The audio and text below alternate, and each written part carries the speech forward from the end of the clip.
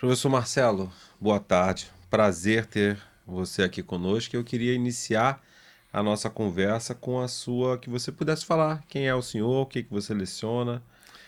Boa tarde, Fernando. Para mim é um prazer estar aqui também.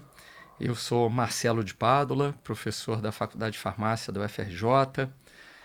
Fiz minha formação basicamente lá, fiz mestrado e doutorado em biofísica, leciono a disciplina de biofísica da Faculdade de Farmácia, também já lecionei metodologia científica e uma disciplina que eu tenho um carinho especial que é a subjetividade na atenção à saúde.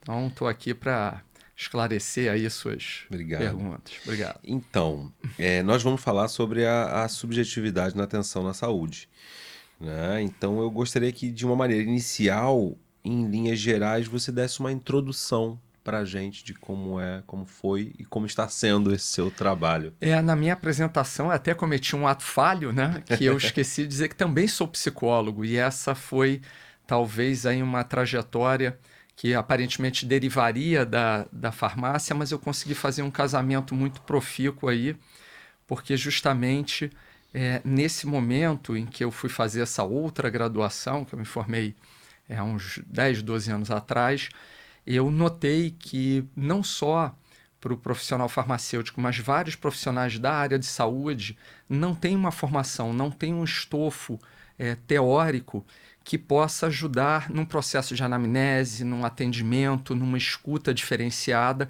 coisa que é muito forte na disciplina, nas disciplinas da medicina, né? Essa relação médico-paciente, ela é muito explorada, mas ela existe também nas outras áreas da saúde e são tão importantes quanto, né? Então, poder juntar esse universo da psicologia com a farmácia e também estender isso para outros campos é muito importante.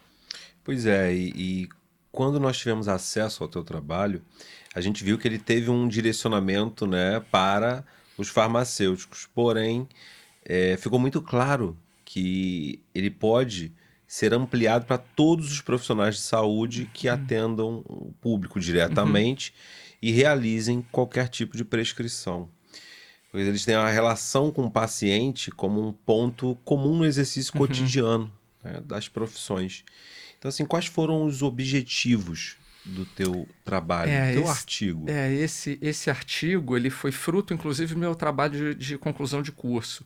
Era uma necessidade, isso eu já via com os alunos desde o primeiro período, né? E aí eu peguei duas palavras com que eu fiz, duas expressões muito, muito importantes, tanto para a psicanálise como para a área da farmácia, né? Tem um conceito, atenção farmacêutica, que eu fiz uma brincadeira com o atenção flutuante da psicanálise. Enquanto a Uhum. atenção farmacêutica são os conjuntos de habilidades e competências para orientar um paciente no bom uso do medicamento, a atenção flutuante é uma das ferramentas, se não a ferramenta principal para um analista, para um psicanalista, escutar o seu paciente. Então, a gente traz essa dimensão do inconsciente, como ele é revestido de conteúdos que ficam velados, não ficam evidentes para quem escuta, e a atenção flutuante ela funciona dessa forma. É a única técnica que permite uma escuta flutuante, como se fosse um radiotelescópio, olhando para o espaço, né, escutando todo aquele ruído de fundo consciente, que é aquilo que o paciente deliberadamente quer dizer para agradar o seu, né, nutricionista, farmacêutico, médico. Eu não quero entrar em conflito com ele, mas ao mesmo tempo eu preservo, né, eu vou reprimindo determinados conteúdos para não me indispor, né?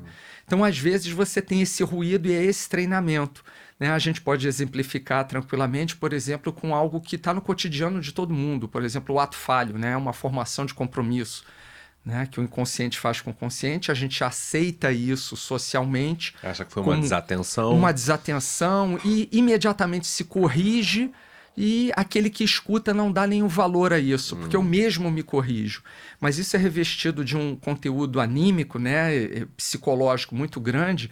Por exemplo, não, nesse sábado eu comi uma pizza. Não, não comi, eu comi salada. Né? A pizza foi só naquele dia que o senhor me disse que podia comer. Né? Isso, por exemplo, e tem outros muito mais rebuscados, mas é esse treinamento que eu achei muito importante e realmente nessa disciplina que eu ofereci, ainda ofereço na pós-graduação para a faculdade de farmácia, e já vieram estudantes de outros cursos, né? Porque realmente é uma plataforma de conhecimentos que pode ser muito útil para o profissional de saúde. O professor José Carlos, né, o professor Gaúcho, como a gente conhece, há um certo tempo ele esteve aqui com a gente e ele trouxe um exemplo, né, de uma paciente que fazia uso de medicamentos, né, e tomava esses medicamentos junto com chá. E como é que é né? Como é que isso se encaixa dentro da tua visão? Nós discutimos, inclusive eu já tomei a liberdade de usar esse exemplo aí, ele é emblemático, né, para os estudantes imaginarem. Mas a pessoa está mentindo? Não, ela não está mentindo. O que existe, né, e a gente sabe, né, eu vou dar esse exemplo, qual é a melhor comida? A melhor comida é aquela que é carregada dos afetos. Então, se desde a infância eu tenho aquele cerimonial em que eu sempre vou fazer aquela alimentação de domingo, aquele hábito que reflete, né, o afeto que eu tenho por um grupo de pessoas, de familiares, etc., eu vou manter aquilo como uma crença, uma necessidade sagrada. Então, aquilo é praticamente inabalável, a ponto de chegar nesse momento em que o clínico ele vai perguntar, mas... olha, eu vejo que não está tendo efeito o seu tratamento, mas a senhora está realmente fazendo esse acompanhamento? Não está tomando? Não, de maneira nenhuma. Porque justamente aquele conteúdo é tão precioso que ele não pode ser modificado, né? Aquele comportamento é muito caro para aquele sujeito. Então ela prefere inconscientemente reprimir, né? Vou dizer repressão nesse momento, né? Não usar o termo recalcamento, né? Que seria o... E aquilo não aparece conscientemente e a pessoa não vai dizer que está mentindo. E aí vai dizer, olha, não tomo, eu tomo sempre com água, etc, etc. E aí naquele contexto daquele projeto, quando aquela senhora foi colocada numa condição que ela podia falar livremente, né, e colocar como era o cotidiano, ela é traída e o seu inconsciente se impõe e coloca, realmente, o meu principal afeto é esse. Então, eu vou fazer o meu cotidiano como eu sempre fiz. Então, eu vou tomar o medicamento. E aí ela faz aquela colocação, não, mas eu sempre tomo chá. Raramente eu tomo água. E aí o clínico vê naquela situação, numa encenação que ela fica à vontade, né?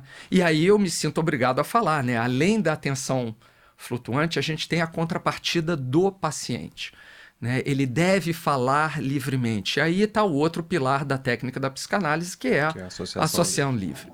Né? Se ele puder falar livremente, é nesse momento em que o clínico se coloca como esse radiotelescópio e procura, não conscientemente, mas numa conversa de dois inconscientes, esse ruído que revela aí esse conteúdo, seja de resistência, enfim, todos eles. E essa associação livre é muito cara e ela é muito bem exemplificada.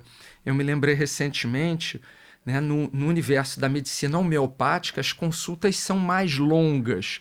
Elas têm aí essa intencionalidade em deixar o paciente falar. E isso aí é revestido de uma riqueza enorme, né? Sim. E como é que seria, especificamente, a aplicação da atenção flutuante e a associação livre?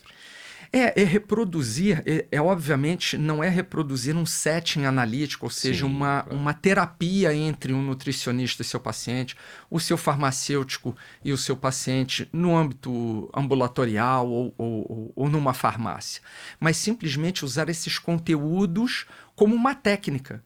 Ou seja, não é induzir, muito pelo contrário, que o paciente fale aquilo que a gente quer. É justamente isso que a gente não quer, que ele seja autêntico. Né? E nesse contexto, o que vai reger, né, o funcionamento desses dois polos, a atenção flutuante e a associação livre, é a transferência. Vamos traduzir aí como uma empatia. Né? É a construção de uma confiança. Né? E isso não é artificial. Né? É muito interessante que no ambiente clínico, o psicanalista, o psicólogo, o analista, ele se oferece ao paciente. Né? O paciente, em vários momentos, pode colocar aquele profissional em vários lugares. Muitas das vezes a gente ouve um paciente, eu só gosto de médico velho. Né? O que isso quer dizer? Né? O que está por trás desse discurso? A gente pode tentar interpretar, não, eu só confio em pessoas mais velhas, a tem mais cabeça mais experiência, etc. Uma série de preconceitos, e isso tem que estar disponível para o clínico. Né? Se o clínico é muito jovem, ele não vai ter sucesso, mas ele precisa entender e desconstruir isso. Então, em parte, é um exercício de um processo analítico em que você tem que confiar naquele profissional. E essa, né, eu recomendo porque, obviamente, eu faço análise, né? Então, eu acho que esse tripé da psicanálise ele é muito extensível a outros profissionais, né? A teoria, você está sempre atualizado com a teoria daquilo que você exerce, né? Uma análise pessoal, ou seja, o que você está fazendo ali, né? Um profissional da saúde ele tem uma responsabilidade muito grande. Ele tem que dar conta do outro, da saúde do outro e também dar conta da sua própria saúde.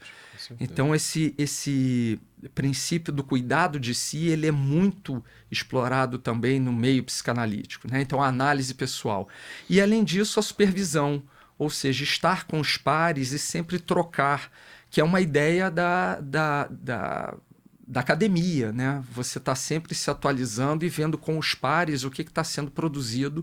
Por exemplo, num caso desse, isso foi possível porque se juntaram várias competências, a nutrição, a farmácia, a própria psicologia, para interpretar um caso desse. Então é multifatorial, é multiprofissional também. No seu artigo, você colocou dados da Organização Mundial de Saúde, né? E você indicou que mais de 50% de todos os medicamentos que são prescritos, dispensados ou vendidos inapropriadamente e que cerca da metade dos pacientes não os usa corretamente. Como que a atenção flutuante, né, pode dar um combate nesse tipo de... Não vai funcionar ser o binômio da fala, né? Da associação livre do paciente. Mas é isso, é entender tanto o que eu vou oferecer como nutricionista, farmacêutico, e se o outro quer aquilo que eu estou oferecendo. Então a gente fala que esse desencontro de prescrição e de uso, ele vai de um problema de entendimento. O que está no fundo? Qual é o desejo daquela pessoa? Vou dar um exemplo clássico de discurso, né, de uma pessoa adoecida. Há uma diferença crucial entre dizer eu sou diabético e eu estou diabético. Né? Para psicologia e para psicanálise, a gente está falando aí de um sintoma, uma doença integrada ao sujeito. Eu me defino como. Então, como será a relação dessa pessoa com a doença? Será que ela realmente quer melhorar? Né? Eu estou trazendo aqui uma caricatura muito rápida para a gente entender como é a relação da doença com a família, né? Como aquela pessoa adoecida vai se relacionar. Então, quando ela diz eu estou diabético, é transitório. Quando ele fala eu sou, é algo muito mais profundo, né? Indissociado do sujeito. Então, esses desencontros, a gente entendendo como escutar e interpretar isso junto com o outro e não interpretar pelo outro, é fundamental. E isso realmente, na clínica a gente consegue ver isso. E eu acho que para as outras disciplinas da saúde é uma ferramenta muito potente. Deixa eu só dar uma olhada nessa próxima pergunta aqui que tá... O artigo fala de uma metodologia qualitativa e a realização do uso de técnicas que pressupõem um conhecimento em disciplinas que estudem as pessoas e seus sistemas de sociedade. Você acha possível a utilização da... Aí eu não queria repetir a atenção flutuante.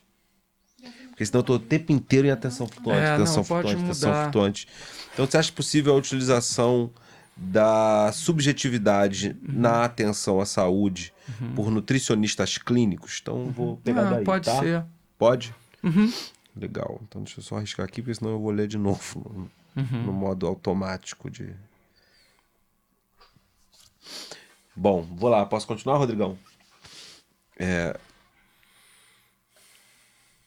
Professor Marcelo, o seu artigo fala de uma metodologia qualitativa e a realização do uso de técnicas que pressupõem um conhecimento em disciplinas que estudem as pessoas e seus sistemas de sociedade, né?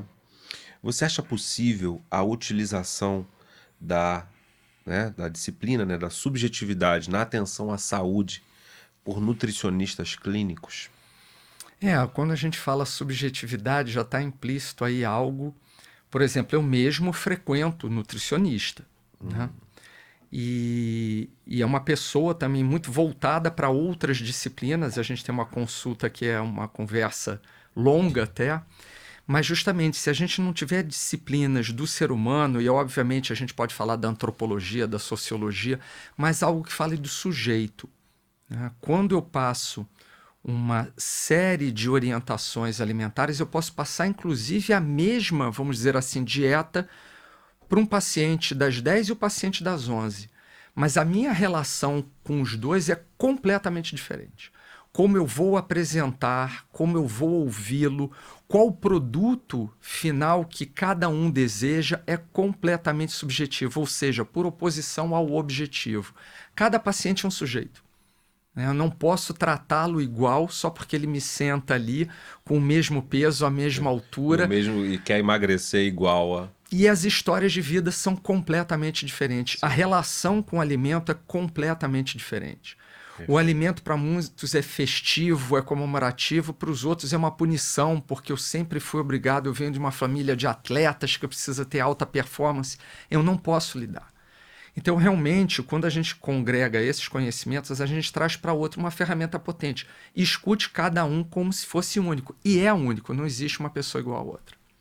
Você consegue contribuir para nós? Consegue não, corta isso aí, consegue, ficou duvidoso. Você poderia contribuir com um exemplo que o senhor acredite que possa acontecer numa prática dentro da nutrição clínica? Um dos exemplos clássicos é esse, né? A doença dentro do sujeito, né? Fazendo parte dele. Eu sou isso, eu sou gordo, eu sou diabético, em oposição eu estou. A perenidade de uma doença patrocina, às vezes, a existência de um sujeito e sua relação com a sociedade, com a família, com os afetos, com esposa, com filho. Então é muito difícil você chegar nesse paciente. Por outro lado, aquele que fala, eu estou assim, ele já faz um movimento de saída, eu estou, não quero estar mais. Então esse é o mais recorrente. Eu quero, mas eu não quero abrir mão disso, disso, disso. Aí vem o conceito da resistência, né? E aí o que a gente faz? Um outro exemplo muito clássico é assim, a gente querer tirar sintoma do paciente. Então, você vai parar com isso? Promete que não vai comer pizza? Sim. Prometo. Então, lembremos da guerra. A resistência, ela é legítima, ela patrocina afetos, ela patrocina segurança. Para alguém abandonar um prazer é muito difícil. E tem uma frase célebre do Freud que eu não posso, né, deixar. Ninguém abandona um prazer outrora percebido. Então, é muito difícil para o ser humano abrir mão, sobretudo no mundo contemporâneo que está tão difícil, né? Então, o alimento, a relação com o alimento é algo muito intenso, muito afetivo. Então, prestar atenção a esses detalhes, onde ele está resistindo, onde ele diz que aquilo é ele e não é dele, ele pode abandonar, isso é muito precioso para a gente brevemente mostrar aí 2 exemplos que são muito recorrentes. E a cereja do bolo agora é que o senhor vai participar do curso Quebrando Bioativos. Né? Que se trata de um curso para prescritores de bioativos, principalmente nutricionistas. Né? E traz um pouquinho para a gente o que você está preparando para esse... Justamente eu posso pegar até os exemplos, né, que me chegam. Eu digo, eu sou usuário dos bioativos também, eu quero me sentir melhor, eu uso probióticos, enfim, com recomendações de nutricionistas. É justamente trazer esses casos, os mais difíceis. Né? Onde está resistindo, por onde eu posso ir, e não se desesperar. É um processo longo, é óbvio, mas implica o conhecimento do outro. Conhecer a si e ter essas técnicas à mão é muito interessante. Em vez da gente colocar por oposição uma frase, eu gosto muito do será? Lançar a dúvida de volta. Grande talvez. Talvez. Né? O será, ele traz um eco que não sou eu que estou dizendo que é melhor fazer outra coisa. É implicar o sujeito com seu próprio desejo. Sim. Então é esse o mote principal. Onde está o desejo do outro para eu acompanhar e ajudá-lo nessa trajetória. Não é impossível, as pessoas emagrecem. Vocês estão diante de uma pessoa que chegou a pesar 127 quilos, né? E a gente consegue fazer aí bastante coisa, né? Fui a nutricionista, fui ao homeopata, então coloco um pouco de uma realidade pessoal e que a gente conhece muitos casos, né? Agora, não é uma única disciplina. Eu entendo que aí a gente tenha que revestir de conteúdos, né? E principalmente aí eu posso falar da minha paixão, que é a psicanálise, e como esses conceitos são tão ricos e tão úteis. Senhor Marcelo, gostaria de agradecer a presença do senhor. E é a primeira vez e esperemos que não seja a última. Não, com certeza. O prazer foi meu, Fernando. Até breve aí. Até breve. Ficamos assim, um beijo do Magro. Por isso que eu vim assistir, viu? Essa conversa vai dar. Você vê como é que